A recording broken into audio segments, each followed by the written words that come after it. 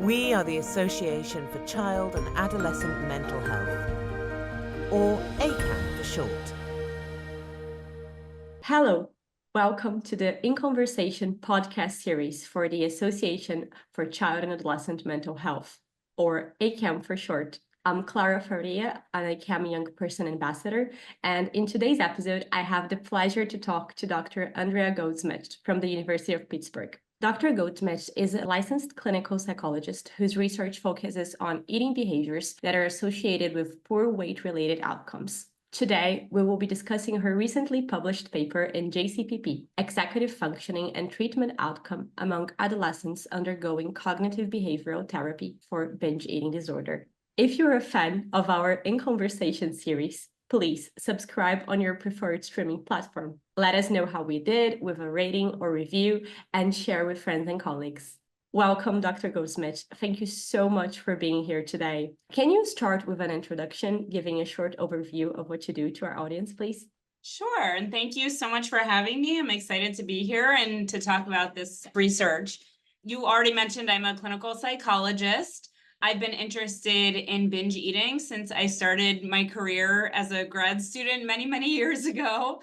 And my current research focuses on trying to understand mechanisms that drive binge eating behaviors, both over longer periods of time, particularly the transition from childhood to adolescence, but also in real time. So what drives an individual to seek out large amounts of food and feel out of control while they're eating in the moment, in whatever environment they may be in. And the idea is that if we can identify the mechanisms that contribute to onset and maintenance of these problems, that we can develop better intervention strategies early on in life to prevent negative health outcomes unfolding over the course of a lifespan. And I have a secondary line of research that focuses more on dissemination and implementation, particularly with respect to evidence-based treatments for adolescents with restrictive type eating disorders. And so this article actually sort of represents a confluence of my interests in both developmental mechanisms and intervention strategies. And I've been at the University of Pittsburgh. I'm in the Department of Psychiatry here. I've been here for about 3 years. And I run the BITE Lab, which stands for Behavioral Investigations of Children's and Teens Eating. So if people are interested, they're welcome to follow us on Twitter. Our handle is @BiteLab_PIT with 2 T's. And that's spelled BITELAB_PITT. And we're conducting lots of interesting research here and hope to continue this line of research all the way up until retirement. That's brilliant. And I'm really looking forward to our conversation today, especially because we have a really nice opportunity to do a little bit of a deep dive into binge eating disorders. And when thinking about eating disorders research, binge eating can be often overlooked. So could you give us a brief introduction to this topic and why were you drawn to study adolescents with binge eating disorder in the first place? Binge eating disorder is often overlooked. Many people that I've talked to clinically in the past and just lay public people don't really even consider that binge eating disorder might be an actual eating disorder diagnosis.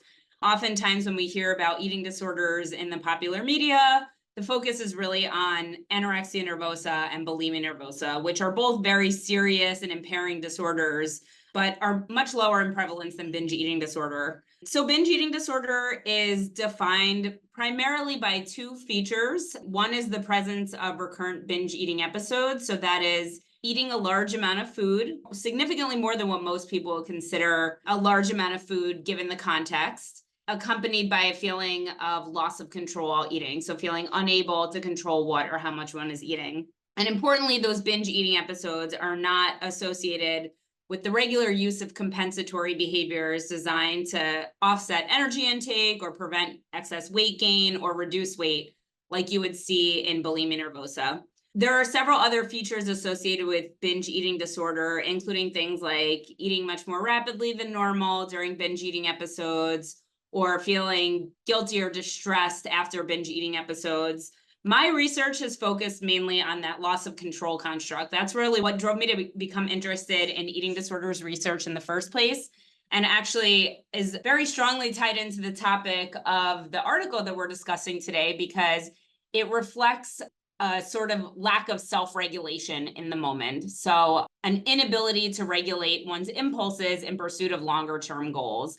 And that can be anything from people wanting to control their weight or shape for whatever reasons, appearance reasons or health reasons, and any other type of long-term goal. So they're binge eating with that feeling that they just can't stop themselves in the moment. And I became interested in understanding what is going on in people's brains when they're feeling this lack of control over eating. And we know that this loss of control is very likely present in the moment when people are experiencing other types of dysregulated behaviors like substance use, compulsive gambling, things like that. So I was really interested in trying to understand that key feature of binge eating episodes, particularly because we know that when you get to the younger side of the age spectrum, children and adolescents don't always have access to large amounts of food, but they often report feeling out of control while they're eating, even if they're eating a smaller amount of food. So that's one of the reasons that I study that construct in kids. But I would say that the main reason I became interested in studying children and adolescents is because I noticed early on in my career, particularly clinically talking to adults with binge eating disorder. I trained in a lab that focused a lot on pediatrics, but also had a focus on development and testing of interventions for adults with binge eating disorder. And talking to a lot of these adults, it became clear that many of them had been struggling with their binge eating for decades. So sort of looping back to what we talked about earlier, these were people that didn't know that they had an eating disorder. They just thought, I have a weight problem. I sometimes feel out of control with my eating, but that's because I lack willpower. And it never occurred to them, or they were never able to access treatment earlier in their life when it could have had the potential to sort of prevent a lot of the negative health consequences that people experience over many, many years and decades of engaging in binge eating episodes. So I really wanted to get to the root of the problem. I think prevention and early intervention is super important, again, because it's just devastating to hear an adult in middle age for the first time seeking treatment for a problem that they've had since they were a child. And so really the main focus of my work is trying to prevent those adverse health outcomes that can persist over a life course. That's super interesting. Thank you. And moving to your paper, in your paper, you looked specifically at the effects of executive functioning on CBT outcomes in adolescents. And your initial hypothesis was that adolescents with poorer functioning at pre-treatment would show more modest improvements when compared to those with better executive functioning and emotional regulation at baseline. And can you tell us a bit more about the rationale behind this hypothesis, since you're so interested in mechanisms? I actually was working on this paper at the same time I was working on a grant that is designed to study how to improve self-regulation in children with binge eating problems. And I think we're going to talk about that later. So hopefully everyone will stay tuned. But the idea behind this was I've always been interested in how neurocognitive functioning might be an onset and maintenance mechanism in relation to binge eating in kids, particularly because we know that people who have binge eating problems tend to have more difficulties with self-regulation. And on top of that, that self-regulation is sort of naturally in flux during the transition from childhood to adolescence. So that's because children's brains are still growing, their self-regulation is improving, but really isn't at its peak until they're later in young adulthood. And so we knew from the literature that cognitive behavioral therapy, which is a very structured evidence-based treatment focused on addressing maladaptive cognitions that might drive binge eating behaviors, as well as really normalizing eating behaviors, is a very efficacious intervention for adults with binge eating. And in this study, it was adapted for a younger age range so that kids could access and implement the intervention more readily. But one of the caveats that I see about using an evidence-based intervention that was developed for adults and adapting it for children is that it might not consider all the factors that might make it hard for adolescents to implement the intervention in their real lives. So, for example, CBT asks people to do things like self-monitor or engage in strategies like stimulus control, where they're making their environment structured in a way that makes it harder for them to engage in a maladaptive behavior. But when thinking about kids, if a child is having difficulties with their self-regulation, they may not really have the capability to remember the intervention that they were taught in a therapist's office and then apply it in their real world at a time when they might need it. So I was really interested in understanding how these baseline self-regulation factors might impact how kids would do in CBT, with the idea that kids that really struggle with self-regulation, executive functioning being one facet of self-regulation, might have a more difficult time adhering to the CBT skills that they learned in treatment and applying them in their regular lives. So that was sort of the impetus for this study. And as I mentioned, I'm doing work now on trying to incorporate self-regulation, skill building, and practice into a CBT-based intervention for teens, with the idea that if we can help them develop their self-regulation skills at the same time that they're learning CBT, that they might have an easier time remembering to implement the CBT strategies in their real worlds, and thus benefit more from CBT than kids where we're not addressing those strategies.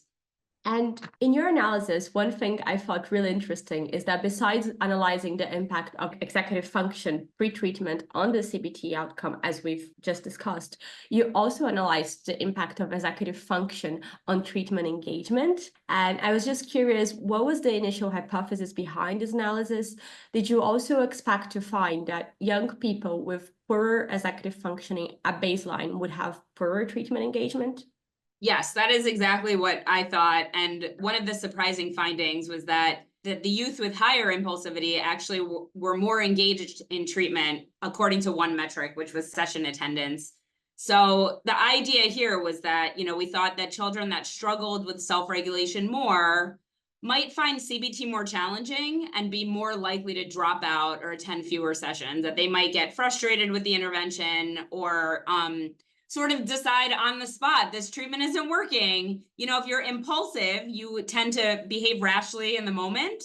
And so if the treatment isn't working right away, you might assume it's not going to work. I might as well stop and quit while I'm ahead. But what we found was actually that impulsivity was associated with better attendance, which sort of perplexed me at the time. But the way that we made sense of those findings is that perhaps as these kids are aging into young adulthood, they're recognizing that I really do have difficulties with regulating my behaviors, and I think maybe treatment could benefit me even more because of that. So we need to do more around exploring this finding. And in particular, I'd really like to see how children with different levels of self-regulation adhere to different components of the intervention. Like we were hoping to be able to look at homework assignment completion and implementation of CBT skills in their real lives. And unfortunately, we didn't have access to that data in this study, but that's definitely an area of future research that we're hoping to explore. And continuing the conversation on the results, regarding the predictors of CBT outcomes, what did your models show? Yeah, so we found that there were several facets of executive functioning that were associated with poor outcome. We were conceptualizing outcome as binge eating behaviors at post-treatment and follow-up, as well as weight outcomes. And the reason for that is because binge eating is associated often with excess weight gain over development, both in children and adults. And so weight is often a secondary outcome in intervention studies for binge eating disorder. So we wanted to look at both of those constructs as indicators of treatment outcome. And we found that impulsivity was associated with worse binge eating outcomes, that kids that had higher impulsivity at baseline showed smaller improvements in binge eating after treatment. Cognitive flexibility was associated with weight outcomes. So children that struggled more with being flexible in their approach to their environment or flexible in terms of their behaviors had attenuated weight outcomes after treatment as well. And did any result regarding the predictors of CBT outcomes particularly surprise you? Because I can make sense of the impulsivity, the predictor about the weight outcomes. I was really curious about. That was another finding that I kind of had to scratch my head, because I was predicting that, of all the executive functioning constructs, and this was just like a great data set to work in, because the study investigators, I joined up with the team in Germany that had done this study to do a secondary data analysis, which ended up in this paper. But they were really thoughtful in adding some of these measures at baseline. And these are not typically included in measures of treatment outcome for any eating disorders. So I was expecting some facets of executive functioning, like inhibition, ability to like stop oneself from engaging in a behavior that is not associated with a positive health outcome or one of their goals, that things like that would be more associated with eating and weight outcomes. But the cognitive flexibility piece, I think, makes absolute sense because these are kids that might struggle to kind of change their response to a changing environment. So maybe as an example, a kid has the intention of, I'm going to go to the party, that my friend's hosting at their house. I'm really just going to focus on talking to my friends and stay completely away from the food table because I already ate before the party. And then lo and behold, they get to the party and their absolute favorite foods are on the buffet table. Those are kids that might have a hard time kind of changing their behavior and sticking with their plan because the environment is different than what they expected. So it makes sense that those are kids that might have more difficulties adaptively responding to their environment to support weight maintenance or weight loss if that's one of their goals. Yeah, that totally makes sense. And coming back to the predictors of CBT engagement, I found it so intriguing, as you said before, that more impulsive decision-making was both associated with more frequent loss of control eating following treatment, but also it was associated with a greater number of sessions attended. And you've explained a little bit about how you made sense of that finding, but I was wondering, do you think that this particular finding could have any clinical implications? I actually do. And one thing we haven't really talked very much about was the role of parents in their adolescents' eating and treatment attendance. So these youth were at an age where parent involvement is still super important. And I think that we can't really understate the role that parents might have had in engaging their kids in treatment. So if you are seeing that your kid is really struggling with the behavior, you might be more motivated to drive them to treatment or to enroll them in a treatment program, even if your child is saying like, I'm not really sure I want to do this. But what we're seeing is that if those kids that were able to stick to it, it seemed to have a benefit in terms of their eating behaviors. So I would say clinically, if you have families coming in with teenagers that are struggling with eating and you're offering them treatment and they're sort of ambivalent about treatment, trying to use whatever clinical skills you might have to really encourage them to see all the possible pros and cons of sticking with treatment a little longer. As a therapist, I can often tell when families are sort of on the verge of like, I don't know if this is working, we're thinking about dropping out, or it's just too hard. We have other kids at home, we have other priorities, and I can't force my 15-year-old to do anything anymore. So those conversations start happening. A family dropping out of treatment usually doesn't just happen completely out of nowhere. So as a clinician, I'd be thinking about, pointing to the literature for a family and saying, we know that, kids that have struggles with their eating and maybe have more difficulties regulating their impulses might be more tempted to drop out of treatment early, but we also know that if they stay in treatment, that it has a good chance of benefiting them. So I'd encourage you to give it a little bit longer and we can work more closely on your particular treatment goals, but kind of using the literature as a prop to encourage families to stay in treatment. But I do think we really need to do a little bit of a deeper dive into understanding why these kids tended to stay in treatment longer, or at least attended more sessions. And still on the CBT topic, well, we know that the study we're talking about, as you said, was done in partnership with this German group, and they did face-to-face CBT. And we know that sometimes face-to-face CBT is not a feasible option for everyone. In some countries, it can be hard to access due to a long waiting list, for instance. And could you talk a little bit more about apps that teach self-guided CBT? And as you've spoiled us in the beginning, I know you have an upcoming trial focusing on teaching those CBT-based techniques on this type of intervention. And it would also be amazing to know more about it, if you can share with us. So, this is part of the reason why I became involved in implementation work as well, is because we know that once a treatment has been shown to have efficacy, it takes a really long time to get it out to the public. And then once it's available, and I'm using air quotes when I think of the word available, many families cannot access it for a variety of reasons. You named wait lists as one of them. There aren't tons and tons of practitioners in the community practicing evidence-based treatments, especially for eating disorders. Oftentimes, therapists do not accept a range of insurances. So particularly families that may be lower income might have a really hard time finding therapists that both practice evidence-based treatment and accept state insurance like Medicaid. At least that's the case in the US. And on top of that, treatment centers are often really located around densely populated urban areas of the country. And so families that live in more rural regions or don't have reliable transportation would physically have a hard time getting to treatment. And in my other line of research, we're studying how to bring treatments into the home. So studying home-based treatments and how to adapt evidence-based treatments to be delivered in the home as one way to increase access. But another really viable way is through digital interventions. And CBT has been adapted to a digital format for many psychiatric disorders. Many years ago, I worked on a trial before smartphones were really a thing.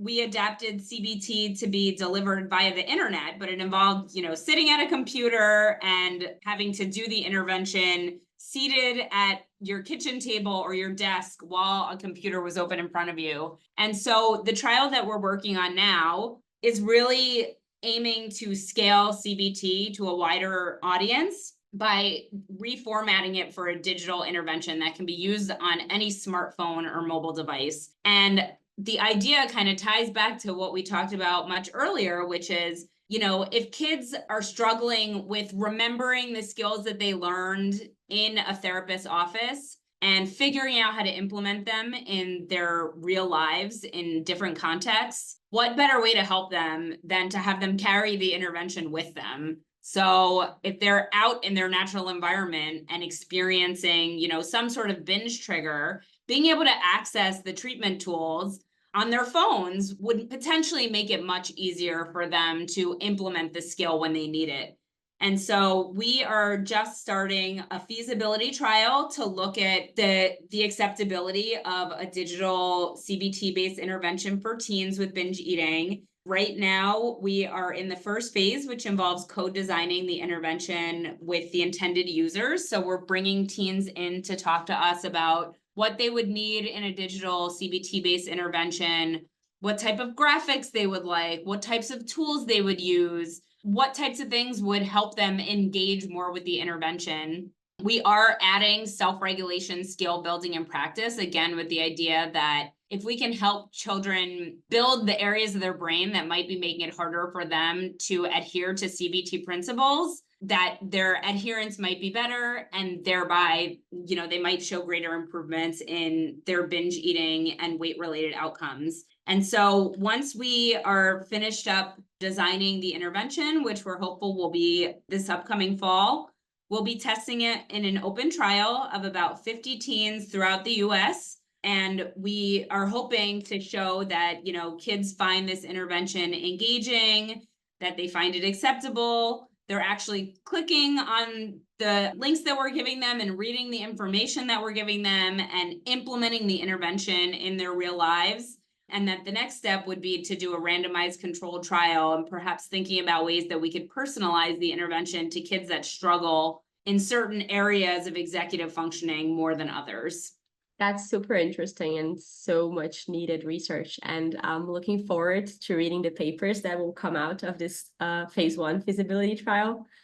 And to wrap up, I wanted to ask you, do you have any advice for people who think that they or somebody they know may have a binge eating disorder? Do you know any particularly good online sources of support?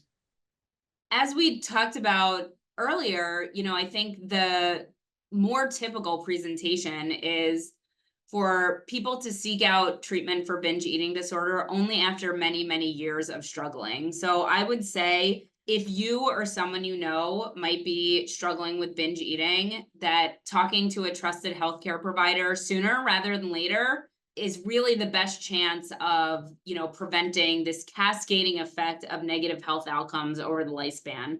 I also just think as a psychologist, like, why should people suffer unnecessarily? I think that we really need to do a better job at getting the word out around binge eating disorder, that it is a real thing. It's very common.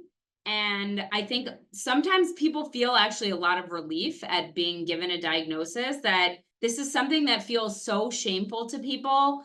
And they often have the perception that I'm the only one that does this. This behavior means I have no willpower, or I'm a lazy person. And I think understanding that so many people suffer from the same behaviors, that there's actually a name for it and we have treatments for it, can come as a huge relief to people. And the thing that I would most commonly hear when treating adults in middle age was, I just wish that somebody had recognized this sooner. I do think it's important to talk sensitively about this topic, because many people do feel so much shame around their binge eating behaviors.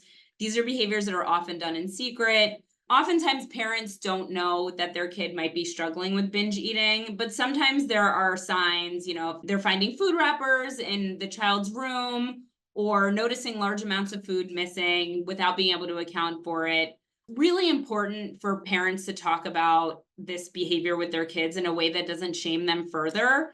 So sticking to the facts and trying to understand empathically, what is going on with your eating. I want to help you, as opposed to, why are you doing this? You need to get control of yourself, or talking about it in a really blaming way. And then I would say the first step for families is to talk to a trusted healthcare provider. There are resources in the community. Again, like, some of them can be harder to access than others. And oftentimes what I hear is that families might need to go through a couple therapists before they find one that specializes in eating behaviors and eating disorders. But it's definitely worth sticking with it and trying to get to a good course of treatment, because there are treatments that work pretty well for this disorder. And, thinking about saving someone decades of suffering from something that they didn't even know there was a treatment for can be life-changing. Well, thank you so much, Dr. Goldsmith, for sharing your research with us. Your enthusiasm for the field is clear, and it's just so important that we have people that are enthusiastic and empathetic doing research on eating disorders. Thank you so much for your time today. Thank you for having me. You're welcome. And for more details on Dr. Goldsmith's work, please visit her group website. Her group is called Behavioral Investigations of Children's and Teens Eating, or BITE, and there will be a link for it in the podcast page. Also check out our Twitter at ACAMH. ACAMH is spelled ACAMH. And do keep an eye out for other podcasts in the In Conversation series. Don't forget to follow us on your preferred social media or streaming platform. And let us know if you enjoyed the podcast with a rating or review, and do share with friends and colleagues. Thank you so much for listening to us.